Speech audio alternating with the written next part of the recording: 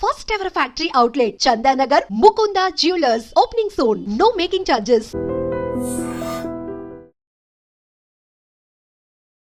నమస్తే, welcome back to IT media. నేను మీ Jhansi. Central bank of India RBI ఈ ఆర్బీఐ ఇంట్రెస్ట్ రేట్స్ని తగ్గించినప్పుడు లేదా పెంచినప్పుడు మనం దీన్ని ఎలా చూడాలి, దీనివల్ల ఏదైనా మ్యూచువల్ ఫండ్స్లో ఫ్లక్చువేషన్స్ వచ్చే అవకాశాలు ఉన్నాయా, ఈ కాన్సెప్ట్ తెలుసుకుందాం. ప్రస్తుతం అంతా ఉన్నారు ఆంఫై రిజిస్టర్డ్ మ్యూచువల్ ఫండ్ డిస్ట్రిబ్యూటర్ ఇంకా సీనియర్ మార్కెట్ అనలిస్ట్ ప్రభు సార్. నమస్తే సార్. నమస్తే అండి.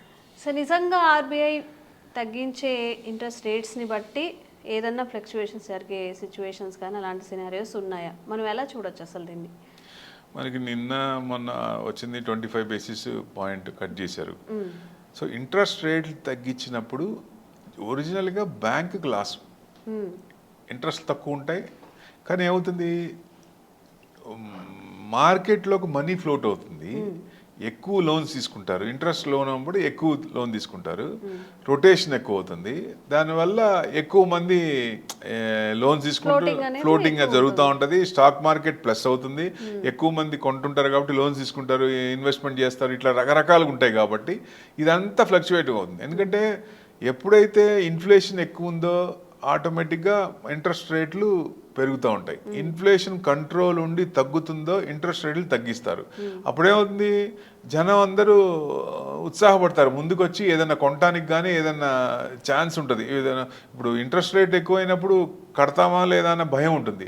తక్కువ ఇంట్రెస్ట్ అయినప్పుడు ఎక్కువ మంది అట్రాక్ట్ అయ్యే అవకాశాలు ఎక్కువ ఉంటాయి. సో ఎక్కువ మంది రిస్క్ తీసుకునే అవకాశం ఉంటాయి. ఆ ఇంట్రెస్ట్లు ఎంత తగ్గుతుంటే అంతమంది ఎక్కువ వచ్చే అవకాశాలు ఉంటాయి.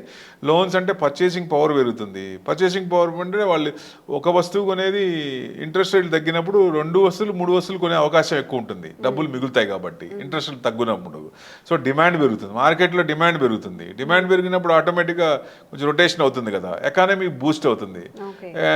సర్ప్లసే కదా, రొటేషన్ ఎక్కువ అవుతుంది. రొటేషన్ ఎక్కువ అవుతుంది, ట్యాక్స్లు ఎక్కువ కొడతారు. ట్యాక్స్ ఎక్కువ కొడితే గవర్నమెంట్ బెనిఫిట్ అవుతుంది. గవర్నమెంట్ బెనిఫిట్ అయితే జీడిపి పెరుగుతుంది, కంట్రీకి ప్లస్. అట్లా కంపెనీ ఎర్నింగ్స్ కూడా పెరుగుతాయి. కంపెనీ ఎర్నింగ్స్ పెడితే డివిడెండ్ ఎక్కువ ఇస్తారు. డివిడెండ్ ఎక్కువ ఇస్తే ఆ డబ్బులు మంది క్లయింట్ దగ్గరికే వస్తాయి, ఇన్వెస్టర్ దగ్గరికి వస్తాయి. ఇన్వెస్టర్ మళ్ళీ రీఇన్వెస్ట్మెంట్ చేస్తాడు కదా, రీఇన్వెస్ట్మెంట్ చేసినప్పుడు ఇది సైకిల్, ఇది రొటేషన్ అవుతూ ఉంటుంది ఎప్పుడు. ఇది అందుకని లాస్ట్ మీకు ఇన్ఫ్లేషన్ ఎక్కువ ఉన్నప్పుడు కూడా ఆర్బీఐ ఓఎం ఆపరేషన్ తీసుకొచ్చింది 60,000 crores. ఫస్ట్ 20, తర్వాత 20, నెక్స్ట్ 3 సార్లుగా 20,000. ఫస్ట్ 20 రిలీజ్ చేసినాక ఇన్ఫ్లేషన్ కొంచెం పెరిగినప్పుడు 20ని 40 చేశారు. అలా 1 lakh crore మార్కెట్లో మనీని పూల్ చేశారు.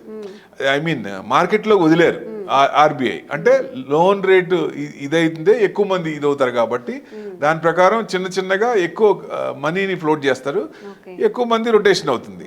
సో ఎప్పుడైతే ఇన్ఫ్లేషన్ కంట్రోల్ ఉందో ఆటోమేటిక్గా ఇంట్రెస్ట్ తగ్గిస్తారు. ఇంకా మనకి ఆర్బీఐ కూడా న్యూట్రల్ స్టాండ్ నుంచి అకామిడేట్ స్టాండ్కి వచ్చింది నిన్న. అంటే న్యూట్రల్ స్టాండ్ అంటే ఇక ముందు మేము ఇంట్రెస్ట్ రేట్లు తగ్గించాం అనేది ఒకటి ఉంది.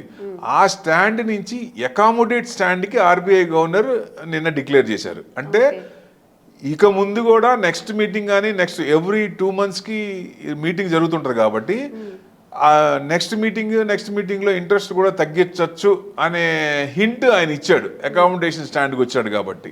సో అది మార్కెట్కి సర్ప్లసే కదా, మార్కెట్ ప్లస్ పాయింటే, పాజిటివ్ పాయింటే. యాక్చువల్గా జీడిపి తగ్గించారు. జీడిపి ఏమో 6.7 25కి ఇచ్చారు, 26కి ఏమో 6.5 ఇచ్చారు. అది కొంచెం మార్కెట్ని డెంట్ చేసింది అనుకోవచ్చు, సెంటిమెంట్ని డెంట్ చేసింది అనుకోవచ్చు. దానివల్ల నిన్న మార్కెట్ పడింది ఒక రకంగా. సో ఎప్పుడైతే ఇన్ఫ్లేషన్ తగ్గించారో ఇన్ఫ్లేషన్ కూడా మంచిగా 4% ఇచ్చారు 26కి, 25కి 4.25 ఉంది. అంటే ఇన్ఫ్లేషన్ కూడా తగ్గుతుంది, అంటే ఇంట్రెస్ట్ రేట్లు తగ్గుతాయి కదా.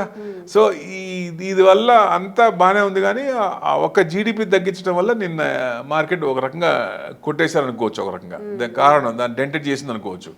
అట్లా అన్ని ఫ్యాక్టర్స్ ఉంటాయి కాబట్టి అన్ని పారామీటర్స్ తీసుకుంటారు. పారామీటర్స్ తీసుకొని ఇన్ఫ్లేషన్ రేటు, ఫుడ్ ఇన్ఫ్లేషన్ బాగా తగ్గింది. అన్ని అంటే కూరగాయలు కానీ ఇవి కానీ అవన్నీ తగ్గినాయి. సో దానివల్లే ఎక్కువ తగ్గించామన్నట్టుగా చెప్తున్నారు, తగ్గుతుంది అన్నట్టు కూడా చెప్తున్నారు. 4%కి రావచ్చు. ఆర్బీఐ ప్రకారం 4 to 6% ఉండాలి ఇన్ఫ్లేషన్, అప్పుడే కంట్రోల్ ఉన్నట్టు. అదే యుఎస్లో అయితే 2% టు 4% ఓకే. ఉండాలి. వాళ్ళకి ఎక్కువ ఉంది, ఇంకా పర్సంటేజ్ తగ్గిరాల. మనకి కంట్రోల్లోనే ఉంది.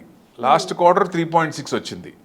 సో ఇయర్ మొత్తంకి మామూలుగా 4.25 ఎంత ఉన్నారు. తర్వాత నెక్స్ట్ ఇయర్కి 4% ఇచ్చారు. మంచిదే, అది పాజిటివ్ పాయింటే. ఓకే. సో ఇట్లా ఎక్కువ ఇది అవుతున్నప్పుడు, ఇంట్రెస్ట్ రేట్ తగ్గినప్పుడు లోన్స్ ఎక్కువ వస్తాయి, కంపెనీ ఇదవుతాయి, ఎర్నింగ్స్ పెరుగుతాయి, రిటర్న్స్ ఎక్కువ వస్తాయి, ఇన్వెస్ట్మెంట్ ఎక్కువ వస్తుంది. అంత సైకిల్ కాబట్టి ఈ ఇంట్రెస్ట్ రేట్ అనేవి మాత్రం ఆర్బీఐ రేట్స్ ని బట్టే ఉంటాయి, మారుతూ ఉంటాయి. అవునండి. ఆర్బీఐ అది కూడా అన్ని రేట్లు తీసుకొని, ఇన్ఫ్లేషన్, ఫుడ్ ఇన్ఫ్లేషన్, అన్ని ఇన్ఫ్లేషన్ తీసుకొని దాని అనుగుణంగా ఇన్ఫ్లేషన్ డిసైడ్ చేస్తారు. సో ఇప్పుడు ఫ్యూచర్లో మనకి మ్యాక్రోస్ అన్ని బాగానే ఉన్నాయి, అన్నీ ఏం అనుకున్న లెవెల్లో ఉన్నాయి కాబట్టి ఏం డౌట్ లేదు, మంచిగా బాగానే ఉంటుంది. న్యూస్ డ్రివెన్ ఏదైనా నెగిటివా పాజిటివా అది చూసుకుంటా ముందుకెళ్ళాలి. సో ట్రంప్ డాన్సులు ఇంకా ఏమన్నా ఉంటాయా అనేది ఒక కంట కనపెడుతూ ఉండాలి. సో మార్కెట్ ఇన్వెస్ట్మెంట్ అంటే ఒకవేళ పడినా భయపడాల్సిన పని లేదు. అది లాంగ్ రన్ వ్యూ పెట్టుకుంటే మంచి రిటర్న్స్ వచ్చే అవకాశం ఉంటుంది. దాని ప్రకారం ముందుకెళ్ళచ్చు. Okay, thank you sir. Thank you.